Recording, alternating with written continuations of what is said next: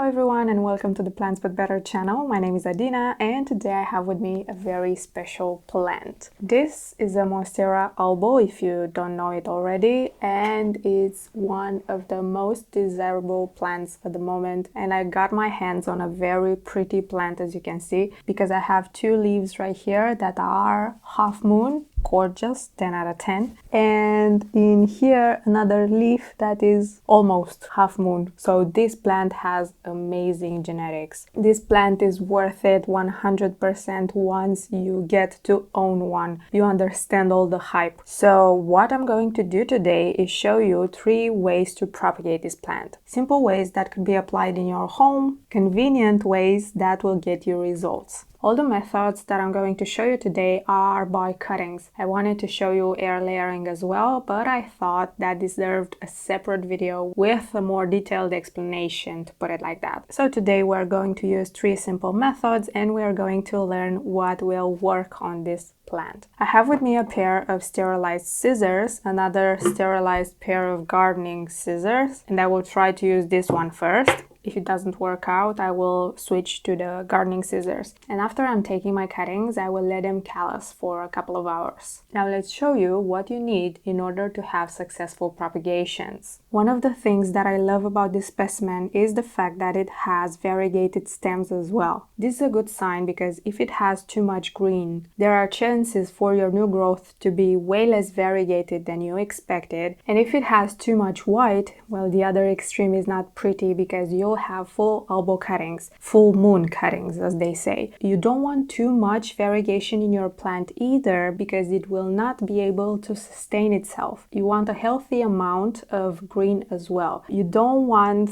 something like 80% white. It's a bit too much. I know it's very pretty, but in that case the leaves could burn very easily. You'll see damage in time. Now if we take a look closer, we will also find a lot of healthy nodes. You will need at least one node for your propagation, and if that node has these things that are sticking out, which are called aerial roots, your success rate actually improves. Aerial roots are a sign of proper humidity, and you'll find them in all kinds of monsteras. You'll also see them in the regular green monstera. From these aerial roots, new roots will develop in time. For example, we have some nodes that don't have any aerial roots. That's not a problem. You could still cut them and propagate them, but it could take a bit more time. So one healthy cutting will need one node, one axillary bud, and a big part of the stem as well. Of course, the leaf. You don't want to forget the leaf. We are not discussing wet sticks today, but if I had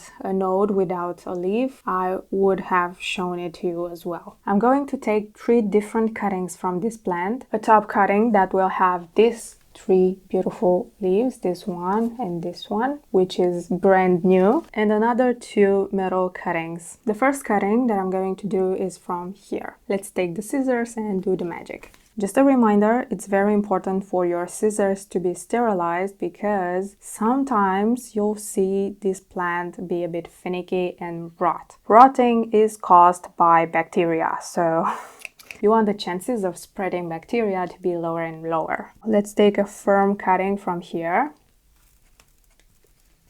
Actually, that was quite hard to do. So I'm going to switch to the gardening scissors. This is the cut, is not the cleanest cut, but we will fix that a bit later. And this is my officially mother plant.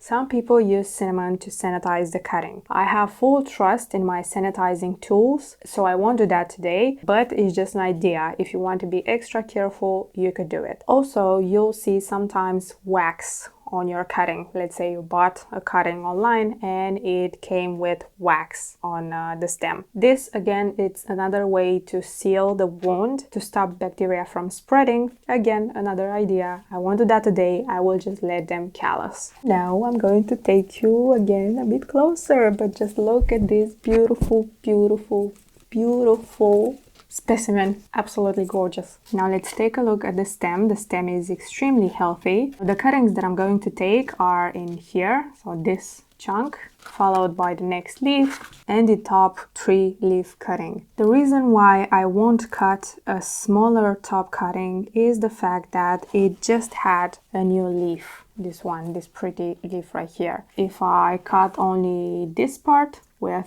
just 2 leaves, first of all, this node is not very developed and I want this plant to be as healthy as possible. So that's why I'm going to take the cutting from this part and have an extra node as well with this healthy aerial root. Now, again, cut from here.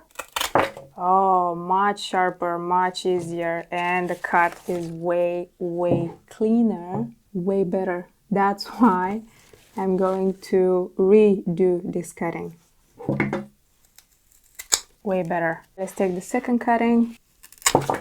Good, that's good. This is the cut, it's great, it's clean, it's ready to callus. Let me show you. In here, you have the axillary bud, which is this one. Why do you need to have one in your cutting? Because this is your new growth point. From this little bud, new growth will come eventually. If you don't see this in your node, that doesn't mean you don't have one. Sometimes they are not so visible, but they are still there. And when you take the cuttings, make sure you leave space on both sides. You don't want the cutting too close to the node because you are risking to cut your new growth and you'll end up having a useless node. You'll just destroy your chances for new growth. This one as well, as you can see, I just have a good amount of stem in both sides. I have in here the axillary bud, and this leaf, this cutting, has 0 aerial roots. That's not a problem. This leaf is super healthy and is going to give me new growth as well. Also, take a look.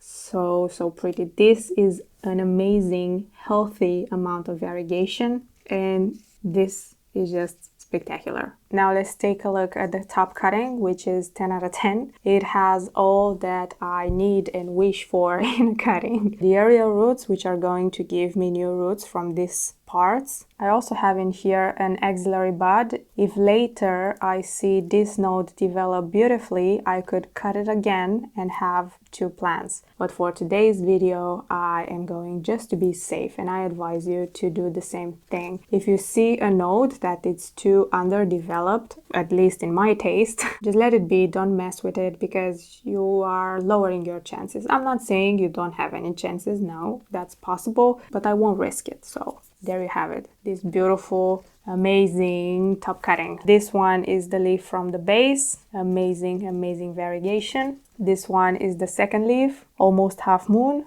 and this one is the newest leaf. As you can see, it's a bit fragile because I think it has maybe 3 days since it's unfurled completely, but it's still very pretty. Now I'm going to let them callus for a couple of hours and I'll be back. And I'm back with my cuttings. They did callus quite beautifully. The only thing I have left to do is to choose which is gonna be which. This one with water because it already has an aerial root and I'm expecting to grow even more from this. This one will go in LECA, the one that doesn't have anything going on yet. And this beautiful top cut will go in Sphagnum moss. Let's start with the first one, the easiest one. When I took this break, I made sure to clean all the jars that I'm going to be using today. Clean jar, less bacteria, minimize the spreading and all that nasty stuff, because sometimes you'll see the stem rotting. So if that happens, you also have enough room to cut from the top and from the base. You don't want this stem to be too short, but I think this is an okay size. This is even better. Place your cutting in the jar, your beautiful, amazing half moon cutting. I'm not flexing, maybe just a little bit, and just add water. And let's see if this cutting will turn out to be a beautiful siren. Now this cutting is submerged in water and I don't like that. Could be a little bit risky, especially since this plant is variegated and could rot. What I'm going to do is take a wire, something plastified.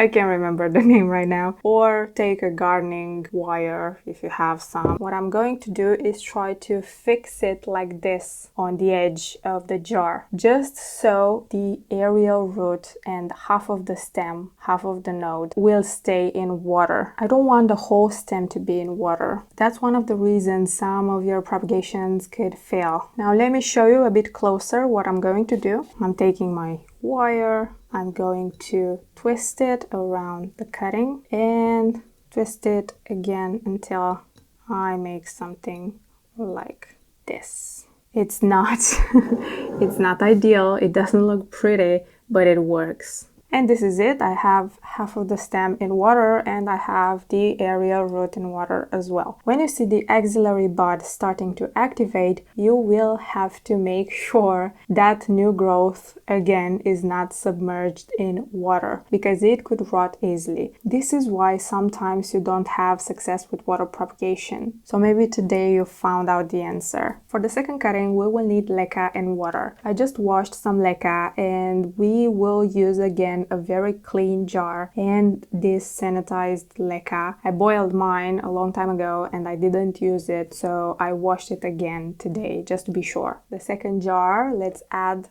a little bit of LECA in here. Let me take you closer. We'll add a little bit of LECA on the base of the jar. Satisfying sound.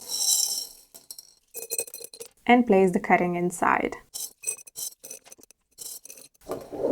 I'm going to stop at this level because I want to have a clean look at the stem and at the axillary bud. The axillary bud is somewhere in here. Now we are going to add water. And as you can see, I stopped somewhere in here. Again, I don't want the node to be completely submerged in water, same reason as before. And you'll have to look after all the cuttings. You have to observe if in the next couple of weeks or days, who knows, you have signs of rotting. Now the last cutting we're going to take care of is this beautiful cutting. I'm so proud of this cutting. Can't wait to grow it beautifully. I don't have a better word than beautiful. Okay, for this cutting I'm going to use sphagnum moss, my favorite way to do it, especially during summer. Sphagnum moss is a great medium to propagate because it's increasing humidity, and humidity will be your best friend in growing roots. For this propagation I'm going to use this transparent pot because I want to see when the roots are coming out. I'm going to put some sphagnum on the base of the pot. It is damp sphagnum moss, it's not completely drowned in water, and if it happens to be, you just squeeze it to remove the excess water. Take the most beautiful, majestic cutting, place it something like this. As you can see, the aerial root is going to be right here, and I'm going to complete it with sphagnum moss.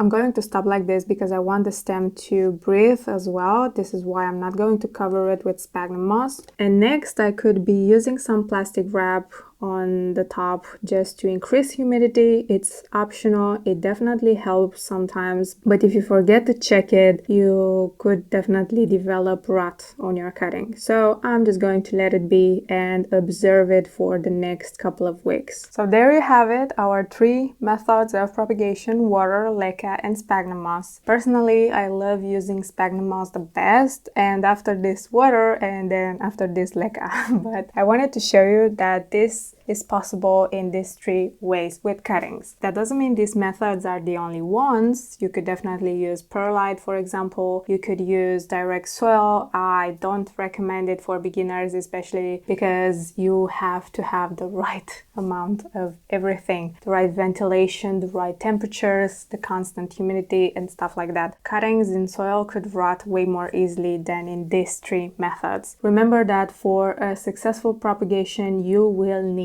a viable node, and for that your best bet is to have an aerial root, is to see the axillary bud, and to have a good amount of stem as well. Now please let me know in the comments which method you prefer, if you have more success with one than the other, and if you have more tips for propagating Monstera to be helpful for more people. Thank you for watching, and if you want to help the channel grow, you can leave it a thumbs up and subscribe for more content like this. And until next time, don't forget to take care of yourself and your plants.